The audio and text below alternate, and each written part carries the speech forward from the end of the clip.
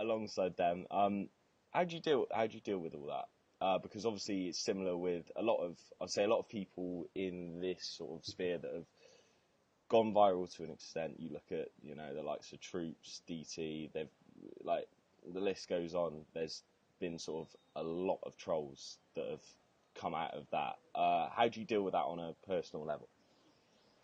I think, I often get asked how you deal with it, and I think it really does come down to personality, because I wouldn't want to say there's one size fits all. I think that you've got to have thick skin to do it in the first place, because you are putting yourself. You can't go out and do a fan cam. You can't go out and present a show, put your face on something, and then cry because somebody gives you a little bit of negative feedback. Obviously, that will include abuse. So I think for me personally, it sort of hit a peak in the summer, and I sort of had to do a bit of readjusting, because I was like, maybe the way I'm communicating myself is feeding this, and in that sense it's like, well, I'm very pro Manchester United and very dismissive of anything else, although I do watch a lot of other sports. So I was like, well, actually, do I need to be constantly saying Mo Salah's overrated or Eden Hazard's poor or this, that and the other?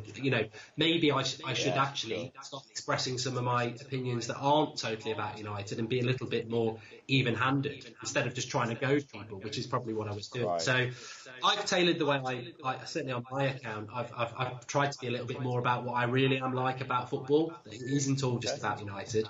And that has been received quite well, because I do get a lot of people following me now who are Liverpool fans, Chelsea fans. You still can fall into that trap. Like this morning, I just said something about Memphis Depay, and a lot of people jumped on that view. So the people are still there, but I think yourself, you can, never excuse the abuse, but you can feed the trolls, or you can try and just be a little bit more even-handed. And I think that's what I've tried to do personally, not with the United stand, because that's always my personal account, and that was where I was getting the abuse.